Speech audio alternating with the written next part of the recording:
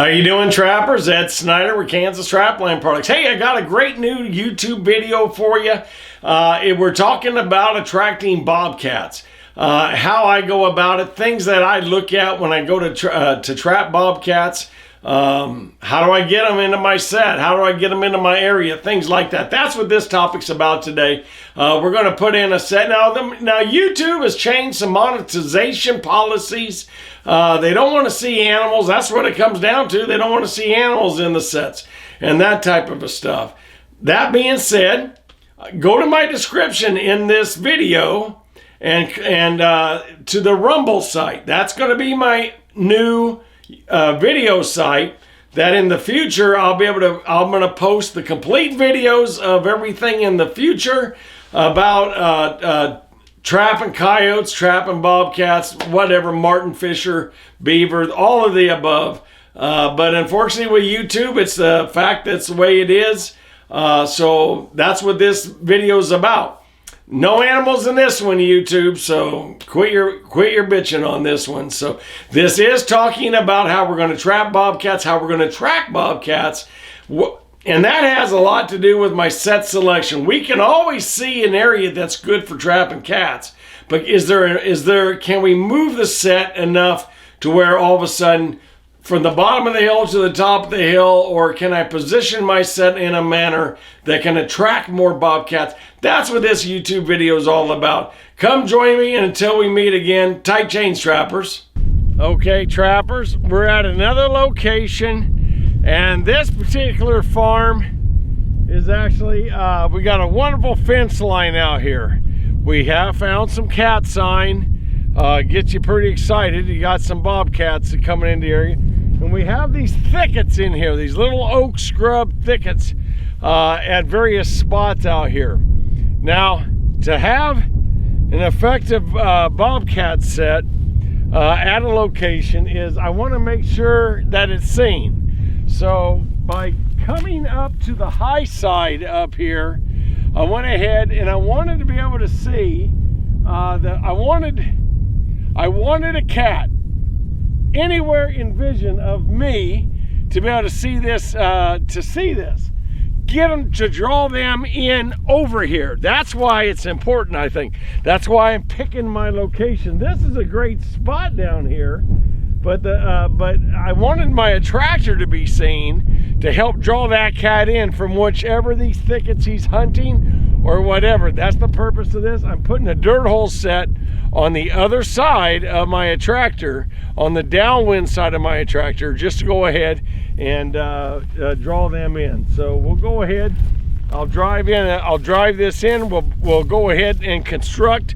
a normal dirt hole set, but we got an emphasis today with the bobcat. That's why we're putting up that nice, loud and proud attractor that's going to be flashing and joining, and every cat in the country, every coyote, even us, when we drive in, we're going to see this as we drive into the field.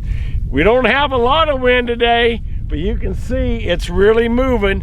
All those colors are coming out in that DVD. So let's go ahead and get on it. Okay, guys, so what we got here is I got my trap. It's put in there. Got it bedded. In sand, you want to take it down quite a bit. Take advantage of that. I'm still going to put some dry dirt on the bottom of this set. And what I did at this set, I used my 3-inch auger, but I also kind of enlarged the hole vertically a little bit there. I think, there we go, I don't need that. So I enlarged that hole a little bit vertically to give it more eye appeal and that type of thing. So let's go ahead, and what I'm going to do is I'm going to turn this trap sideways. There we go. I need it a little bit dished out more to make sure that it sits on the levers. There we go. Now we have a nice well-guided set as it comes in. Let me go ahead and make sure you guys see that, because I know that's important to many of you. As of right now, it's kind of hard. Even I'm having a hard time seeing it through the camera lens. I'll try to zoom in a little bit, but what we got, And I'm gonna stick this on down. What we got here is we have natural guiding on both sides of the trap. So if the cat wants to come in, we got it covered. He can come in. I kind of opened the door, as you call it, opening the door, coming in that way or coming straight in. So he's got a front door and a side door he can come in on. Let's go ahead and again, I'm bedding in this in dry soil. We don't want to, I'll stick some of that, there you go. I don't want that plastic to be sticking up. There we go. So we'll go ahead here and let me get some dry soil, and then we can top it with a little bit of the sand on top to kind of help blend it. But there we go. Now we're bedding that trap in some good dry dirt, making this bulletproof for our trapping. I'm going to uncover that pan so I know where the pan is, and then I'm going to bed my trap right here. And now dirt hole sets, they don't walk around as much. It's not quite as, you know, you can get away with not a perfect set, but if you got the habit of doing it perfect, you'll still do it right. You'll still want it solid. But that's that right there. And you know, we can do something right now. What if you're concerned about them stepping a certain place or whatever? Well, this would be a good time right now. You could transplant something over here to just say, hey, just leave this spot alone over here. Stay away from the dog, but more than likely that cat, he's going to walk straight into that. I'm going to leave that a little bit dished out to make it into a low spot. I'm going to grab some of this dry sand right here, and it's just going to pour right out of this sifter because it is sugar sand type of a deal. So we have a nice spot. I'm going to find that pan again. There we go. That's our hot spot. That's where I want them to step. So I want it to be a little bit lower, and I'll put a little bit more sugar sand just to cover that area up. So there we go. We got a good set right there. Cat's gonna come on in, and if you want to kind of get the cat to whoa a little bit or to stop right in front, you can go ahead and maybe transplant just something like right there. As he comes in, he'll put his foot down ahead of that stick, you know, something like that to kind of whoa him a little bit. Nothing to shy him away. That's pretty small, but just something to whoa him. He knows there's something there. Let's get our bait and lure in here, and we'll get some. What are we going to use here?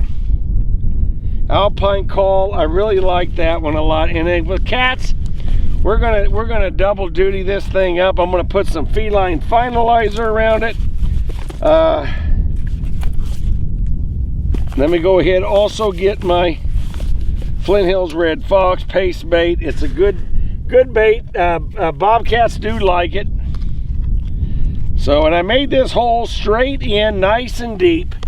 So look how far back I'm in there. There's plenty.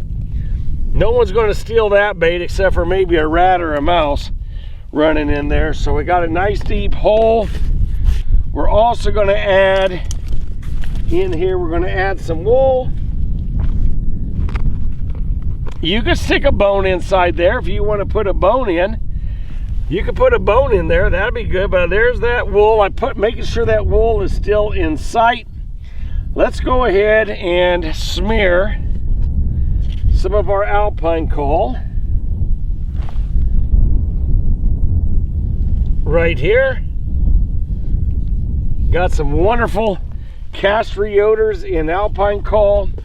And the last thing I'm going to put in here, and again, we're talking cat, so cats are a little bit more, I want to make sure I turn his head no matter what I do. So I'm also going to add as a bonus to them, I'm going to add some of my feline finalizer. I'm going to smear that on the other side. So we're adding some multiple odors to help draw that cat into full commitment into our set in there. So wonderful set location. I love the idea that we got we have our attractor, The cats are going to see this for miles, you know, if they look this general way, because we got it up on the hill. That's what makes a little difference. I'm going to put a little bit of this also right here at the entrance. There we go. Got a little bit of cat interest in that. And I think we got our set made. Let's take a look at the whole area. And so this way we can see just what we're dealing with. So let's take a look at our set up here. We can look at the area. We have our green field here. Folks, there's a lot of pack rats and mice along this edge. Edge along here, we're quite a bit higher than the surrounding ground. There's our DVD flipping in the wind next to a natural thicket that the bobcats are actually already hunting right now. But the idea here is let's get that that cat coming over here. My job is to pull the cat away from these two guys right down there. That's my goal. But seriously, this is how to try to get the cat actually to come out of this vast country here. Let's get the cat a little closer to our set, put it on the downwind side, and we'll have it using these stakes for electric fence lines.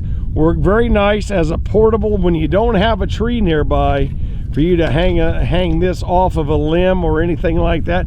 This allows me to get this DVD in position to where we can catch. And you can see how that thing just flipping away. Wonderful attractor. You don't want to get it too close to your trap, because we don't want the bobcat to get them wrapped around it, potentially break a leg, or, you know, even more than anything, get around it and actually pull out of your trap. So we don't want any, I don't want the entanglement in this case for this. So that's why I'm just a few feet downwind of it, and we'll be good. We got something here to attract the cat.